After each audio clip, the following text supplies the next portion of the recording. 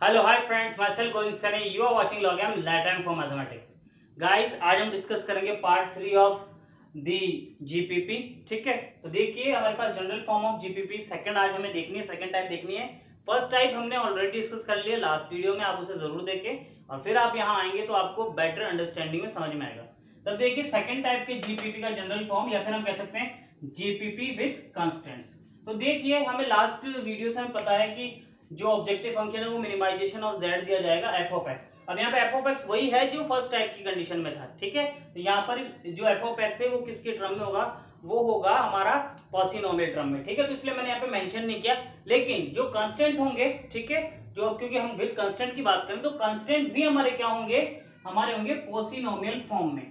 ठीक है, यहाँ पे यू आई आर क्या होगा, यू आई आर होगा हमारे पास वही प्रोडक्ट x1 x2 xm की कुछ पावर्स, रियल पावर्स का। ठीक है, तो सेम रहेगा ऑब्जेक्टिव फंक्शन तो पिछले बार की तरह, और चेंज क्या आएगा, एक कांस्टेंट आएगा जो भी क्या आएगा, एक हमारे पास पॉलिनोमियल की फॉर्म में ही आएगा। ठीक है, तो ये था इसका जनरल फॉर्म, मैथमेटिकल फॉर्म।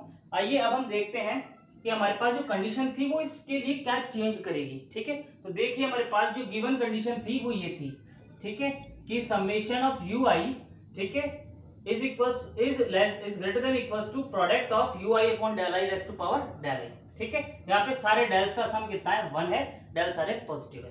तब देखिए इसको कांस्टेंट के लिए जब हम परिवर्तित करते हैं तो हमारे पास क्या चेंजेस हमें करने पड़ते हैं इस फॉर्मूले में। तो उसके लिए हमें मानना पड़ता है यहाँ पर let del 1 plus del 2 plus plus plus del n is equal to lambda. ठीक है, तो ये हमने ये कांस्टेंट मान के चलना है, एक नया कांस्टेंट हम यहाँ पे मानेंगे, जिसमें वहां पे 1 था, यहाँ पे इसको लैम्डा के इक्वल मान के चलेंगे। तब हमें क्या हो जाएगा, तब हम इस चीज को अगर ध्यान से देखें तो देखो इसको ऐसा लिखा जा सकता है, विच इम्प्लाइज समेशन आई 1 से लेकर n del i equals to lambda. ठीक है, और अगर मुझे यहाँ पे 1 बनाना है इसकी तरह पे तो मुझे क्या करना पड़ेगा, उसको लैम्डा से डिवाइड करना पड़ेगा। तो विच इम्प्लाइज समेशन आई 1 से लेकर n lambda i, sorry del i upon lambda is equals to 1। तो देखिए ये बिल्कुल इसी तरीके का कांस्टेंट बन गया है।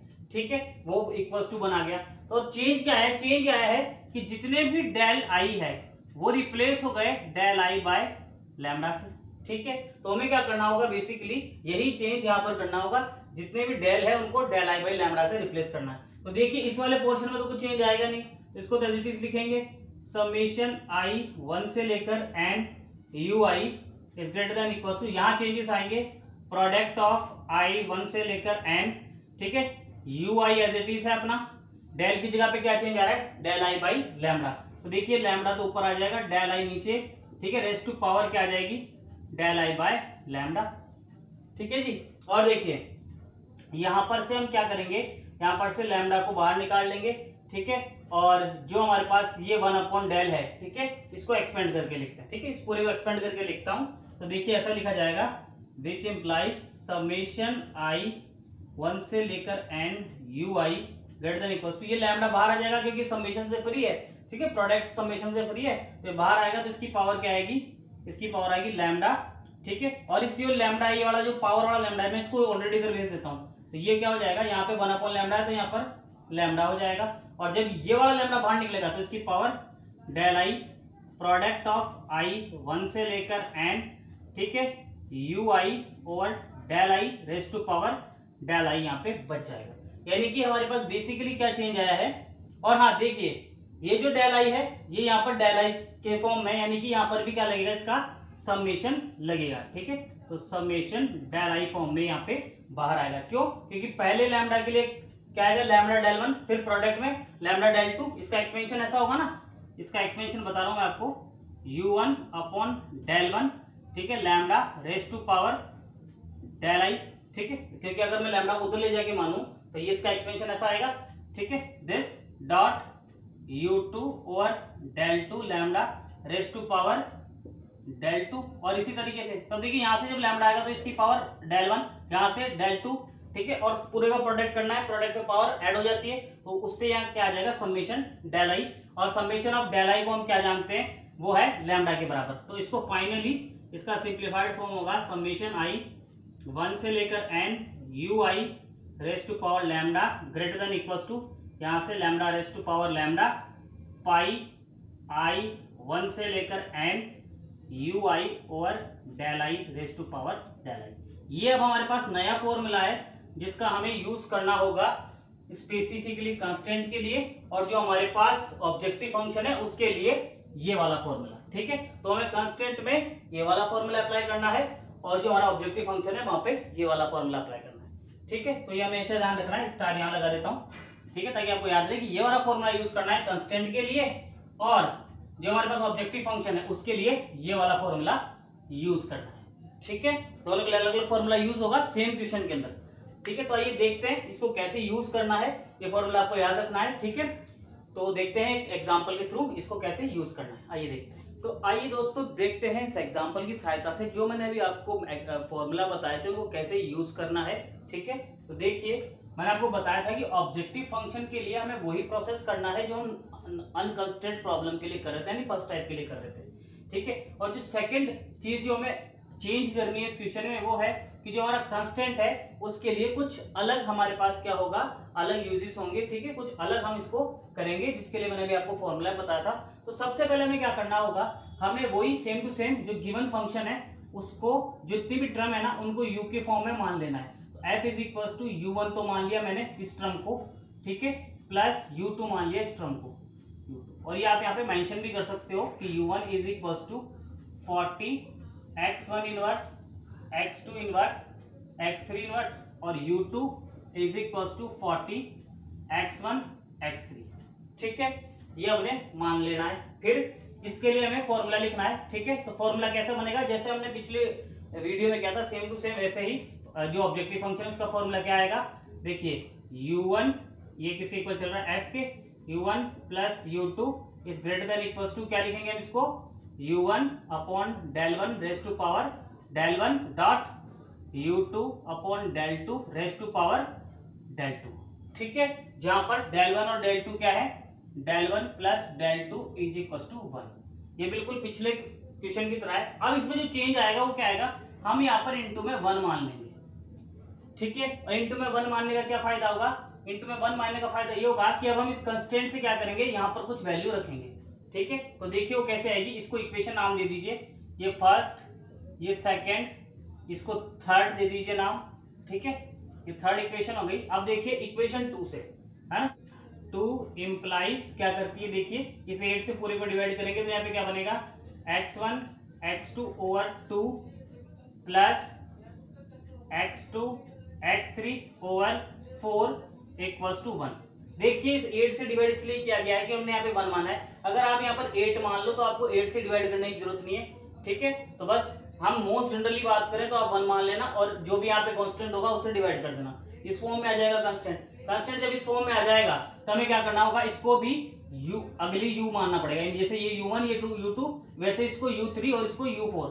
ठीक है, तो हम क्या मानना है, हमें मानना है u3 is equal to x1 x2 bye 2 और u4 हमें मानना है x2 x3 बाय 4। ठीक है, ये 4 है। अब देखिए इसको u3 इसको u4 मान लिया तो देखो क्या इसको ऐसा लिख सकते हैं, 1 is equal to u3 plus u4। ठीक है, अब देखिए इसके मैं क्या कर रहा हूं, दोनों तरफ एक क्वांटिटी का पावर ले रहा हूं वो है लैम्डा। ठीक है, विच इंप्लाइज 1 की power lambda is equal to u3 plus u4 की पावर लैम्डा। ठीक है, ऐसा क्यों किया हूं, क्योंकि मैंने जो भी फॉर्मूला सीखा है उसके अंदर क्या था, समेशन यू आई, ठीक है, की power lambda is greater than equal to lambda raise to power lambda product u I over del I raise to power del i. इसलिए मुझे यहाँ पे जो u का समेशन है उस पर लैम्डा पावर चाहिए ताकि मैं यहाँ पे ये इनइक्वालिटी यूज कर सकूं। तो देखिए यहाँ पर वो की वो सिचुएशन है तो मैं यहाँ पे ये इनइक्वालिटी यूज कर सकता हूँ। तो देखिए मैं इसको क्या लिखूंगा, is greater than equals to lambda raise to power lambda. ठीक है, और product of u1 upon u2, तो यहाँ पे u3 है। ठीक है, तो यहाँ पे क्या लिखेंगे, प्रोडक्ट को हटा देता हूँ, u3 upon del 3 raise to power del 3 dot u4 upon del 4 raise to power del 4। ठीक है, और देखिए जब ये मैं लिख देता हूं तब यहाँ पर डेल 3 डेल 4 इस फॉर्मूले के लिए क्या होते थे, तो यहाँ पर आपको मेंशन करना पड़ेगा कि डेल 3 प्लस डेल 4 का जो सम है वो लैम्डा के इक्वल आता था। ठीक है, तो ये डिफाइंड हो गया। अभी किसकी इक्वल है, 1 पावर लैम्डा। 1 की पावर लैम्डा होता क्या है, 1, तो इसको ऐसा लिखा जा सकता है, it is 1 greater than equals to lambda raise to power lambda u3 over del 3 raise to power del 3 dot u4 over del 4 raise to power del 4। ये आ गई हमारे पास एक और इंपॉर्टेंट इक्वेशन, इक्वेशन नंबर 4। अब हमें क्या करना है, इक्वेशन नंबर 4 से वैल्यू को उठाकर इस 1 की जगह पे इक्वेशन 3 में रखना है। तो देखिए 1 से छोटा है, ये इससे छोटा है, तो ये इनडायरेक्टली u1 u2 क्या हो जाएगा, इसके और इसके प्रोडक्ट से छोटा हो जाएगा। ठीक है, तो देखिए इक्वेशन 3 से और इक्वेशन 4 से मैं क्या लिखता हूं, आइए देखिए मैं इसको लिखता हूं कि f is less than equals to, इसको लैम्डा को आगे लिख लेता हूं, lambda raise to power lambda u1 upon del 1 raise to power del 1। ठीक है, वहां से u2 upon del 2 raise to power del 2, यहां से u3 upon del 3 raise to power del 3 और u4 over del 4 raise to power del 4। ठीक है, ये आ गया हमारे पास फाइनल फॉर्मूला, जिसको अब हमें अप्लाई करना है फॉर्मूला नंबर 5। और हमें क्या करना है, u1 u2 u3 u4 की value, u1 u2 u3 u4 की ये वाली वैल्यूज रखनी है और फिर इसमें से x1 x2 x3 के कोफिशिएंट्स को x1 x2 x3 को बाहर निकालना है और उसकी जो भी पावर्स होगी उसको 0 के इक्वल रख के डेल 1 डेल 2 डेल 3 और लैम्डा भी अब फाइंड करना है हमको। ठीक है, तो आइए ये प्रोसेस हम करते हैं। देखिए दोस्तों, अब हमें क्या करना है, इस इक्वेशन में u1 u2 u3 u4 की वैल्यूज रखनी है। तो आइए रखते हैं, हमें क्या मिलेगा, f is greater than equals to lambda raise to power lambda, lambda raise to power lambda as it is, क्योंकि इसके पास हमारे पास अभी यहाँ पे कुछ भी नहीं है। यहाँ पे देखिए u1 की वैल्यू में रखनी है, वो है 40 x1 inverse x2 inverse x3 inverse raise to power del 1 raise to power del, sorry upon del 1 raise to power del 1। यहाँ से क्या आ जाएगा, यहाँ से आ जाएगा u2 की value 40 x1 x3 over del 2 raise to power del 2। यहाँ से u3 की वैल्यू आएगी, वो आएगी x1 x2 over del 3 into में ये 2 भी आ जाएगा रेस टू पावर डेल 3 और फाइनली इसकी वैल्यू x2 x3 अपॉन 4। ठीक है, del 4 raise to power del 4। ये आ गया हमारे पास f की वैल्यू। अब हमें x1 x2 x3 को कॉमन निकालना है। तो देखिए ऐसा लिखा जाएगा, which implies f is greater than equals to lambda raise to power lambda as it is.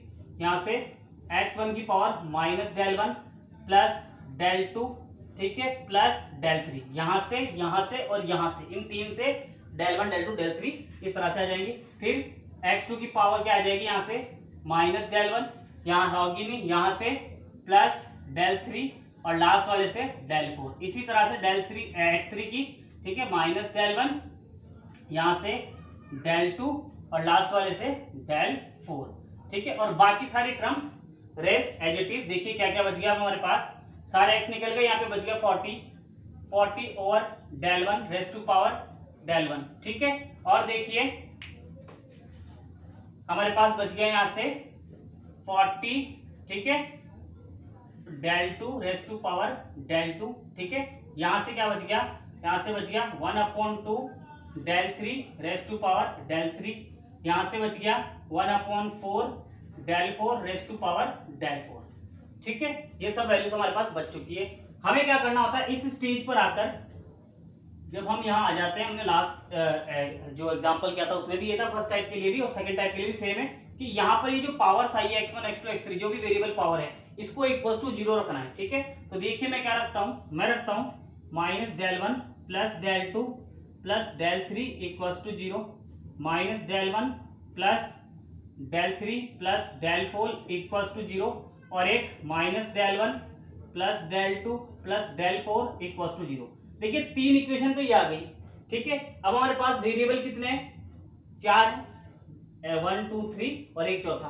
तीन इक्वेशन 4 सॉल्यूशन नहीं आएगा, तो हमें यहाँ पर इसको सॉल्व करने के लिए दो इक्वेशन और इंट्रोड्यूस करनी पड़ेगी, डेल 1 प्लस डेल 2 बराबर 1, क्योंकि हमारे पास ऑलरेडी है, इनका हमें यूज करना है। ठीक है, और एक आ जाएगी del 3 plus del 4 equals to lambda.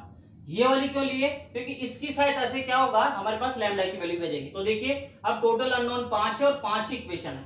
ठीक है, यहां से देखिए हम इसको सॉल्व कैसे करते हैं, del 1 is equals to del 2 plus del 3, इस इक्वेशन से ये लिखी जाएगी del 1 is equals to del 3 plus del 4, which implies ये लिखी जाएगी del 1 is equals to del 2 plus del 4, है ना, ये लिखी जाएगी del 1 is equals to 1 minus del 2, और इसको एक बार छोड़ देते हैं, इसको लास्ट में यूज करेंगे। देखिए यहां से क्या होगा, ये 2 3, ये 3 4, ये 2 4। मैं क्या करूंगा, सबसे पहले इस इक्वेशन की सहायता से यहां से इसको, जब मैं वैल्यू को इसको इक्वेट करूंगा तो मेरे पास 2 और 3 में रिलेशन आ जाएगा। ठीक है, तो देखिए इस इक्वेशन और इस इक्वेशन की सहायता से मैं क्या लिखता हूं, मैं लिखता हूं 1 माइनस del 2, यहां पर ये वैल्यू रख रहा हूं, equals to del 2 plus del 3।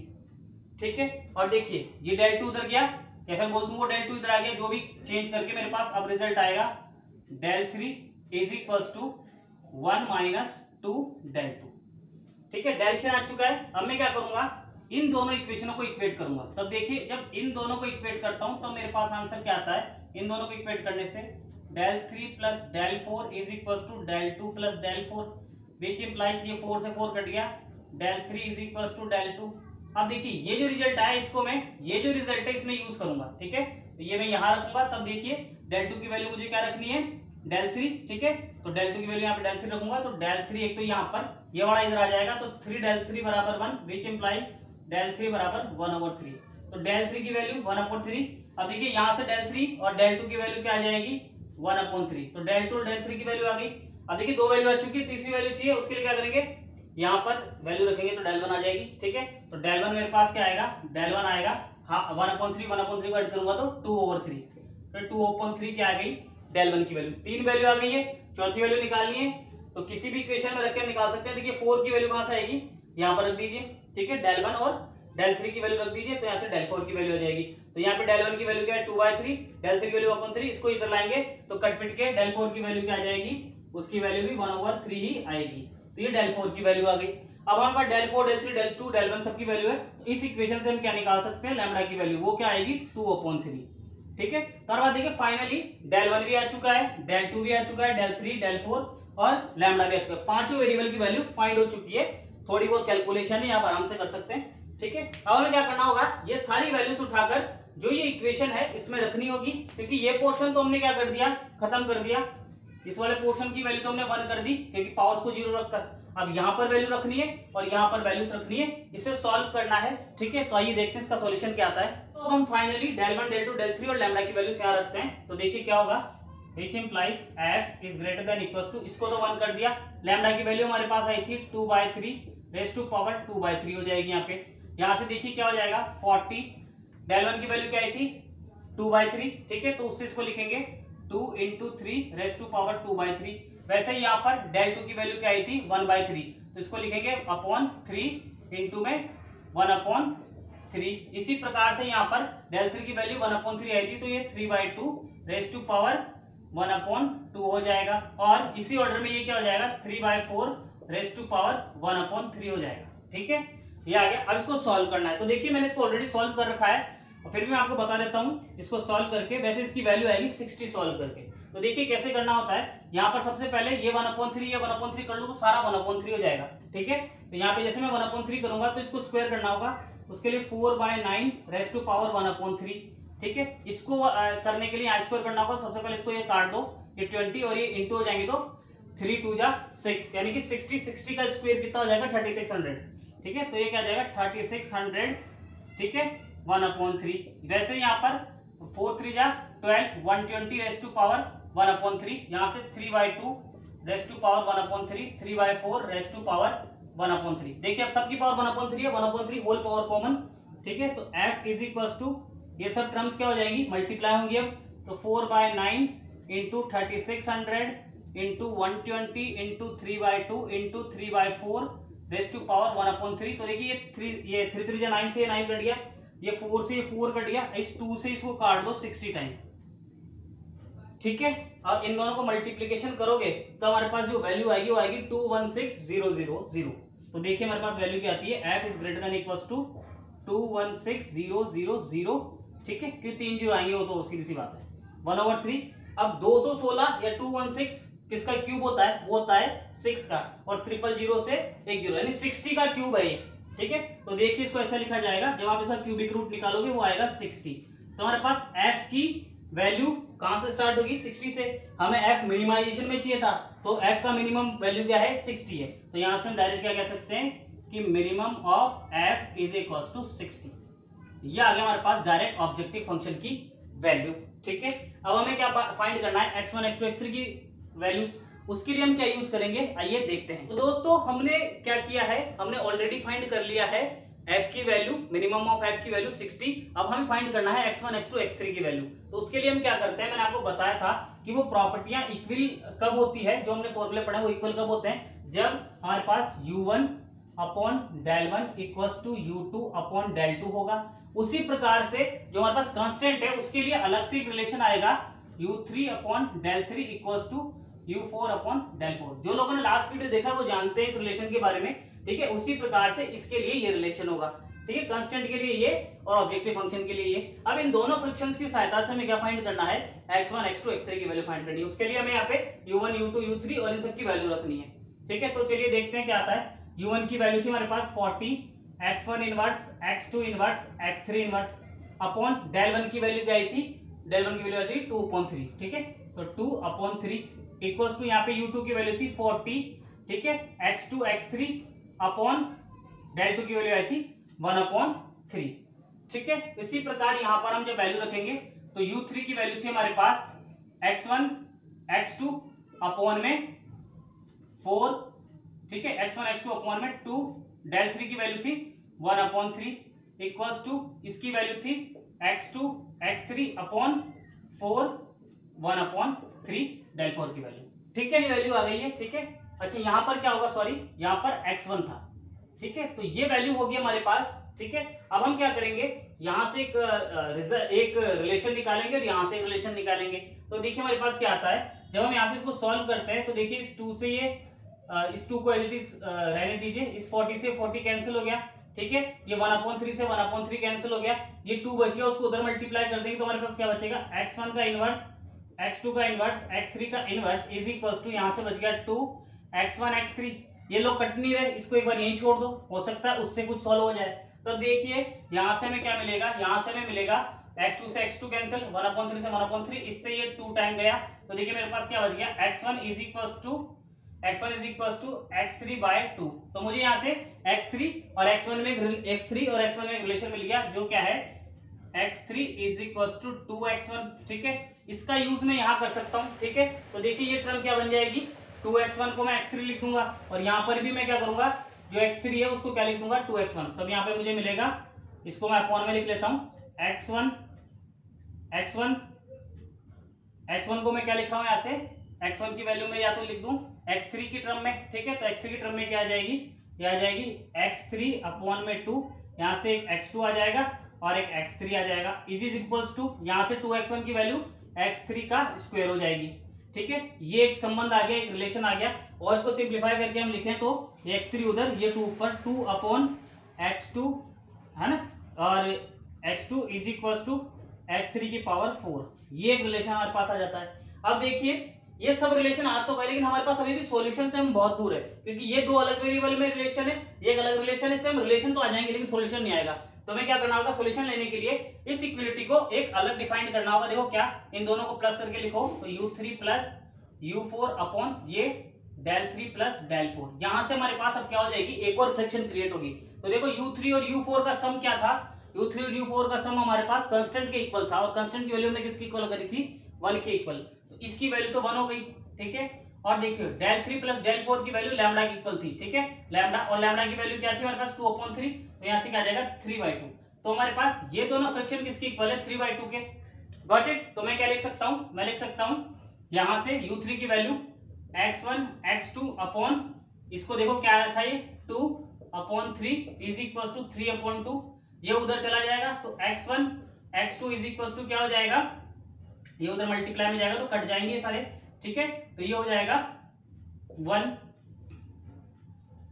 ठीक है। और देखिए वैसे ही जब मैं इसको कंपेयर करूंगा तो मेरे पास आएगा यहां से x2 x3 upon 4/3 is equal to 3/2, और यहां से कैंसिल होके क्या बनेगा, देखिए x2 x3 is equal to 4/3 into 3/2, इससे ये कट गया, इससे 2 time, x2 x3 equal to 2।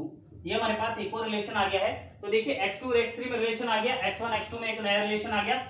इन दो रिलेशन और इन दो रिलेशन की सहायता से हमें सॉल्यूशन मिलेगा, ठीक है। कि यहां से सॉल्यूशन निकालने के मुझे क्या करना पड़ेगा, x3 की वैल्यू इस फंक्शन और इस फंक्शन से x2 और x3 में है तो ये दोनों से एक वेरिएबल में रिलेशन बन सकता है। तो देखिए यहाँ से मैं 1/x2 की वैल्यू क्रिएट करता हूँ, तो देखिए वो क्या आएगी, x3 is equal to 2/3, sorry it is x3 is equal to 2/x2, ठीक है। तो वो वैल्यू जैसे मैं यहाँ पे रखूंगा 2/x2 की, तो देखिए मुझे यहाँ से ये मिलेगा 2/x2 बराबर ये मिल जाएगा x3 is equal to x3 raise to power 4, ठीक है। और जब मैं इसको सिंप्लीफाई करूंगा, तो मैं इसको जैसे सिंप्लीफाई करूंगा मुझे मिलेगा ये देखिए x3 raise to power 4 minus 1 raise to power 3 into -1 x3 is equal to 0। या तो x3 की वैल्यू 0, अब हमें 0 वैल्यू लेनी नहीं है x1 x2 x3 की, तो हमें यहाँ से वैल्यू क्या मिलेगी, हमें मिलेगी x3 इक्वल टू 1। तो एक तो सॉल्यूशन क्या आ गया, x3 इक्वल टू 1। ये x3 इक्वल टू 1 जैसे यहाँ रखेंगे तो x2 की वैल्यू क्या आ जाएगी, x2 की वैल्यू आ जाएगी 2, ठीक है। x2 की वैल्यू 2 आ गई, फिर क्या होगा, x2 की वैल्यू 2 आते ही हमें ये वैल्यू की सहायता से यहाँ से x1 की वैल्यू मिल जाएगी। तो देखिए ये वैल्यू यहाँ रखूंगा तो x1 इक्वल टू हाफ, और x1 की वैल्यू आ गई, x2 की आ गई, x3 आ गई, यही तीन वैल्यू हमें चाहिए थी। तो हमें फाइनली सॉल्यूशन क्या मिला, x1 बराबर हाफ, x2 बराबर 2 और x3 बराबर क्या मिल गया, x3 बराबर 1। तो ये है हमारा सेट ऑफ सॉल्यूशन, ठीक है। So that's it from my side, myself Govind Saini, you are watching log M learn time for mathematics.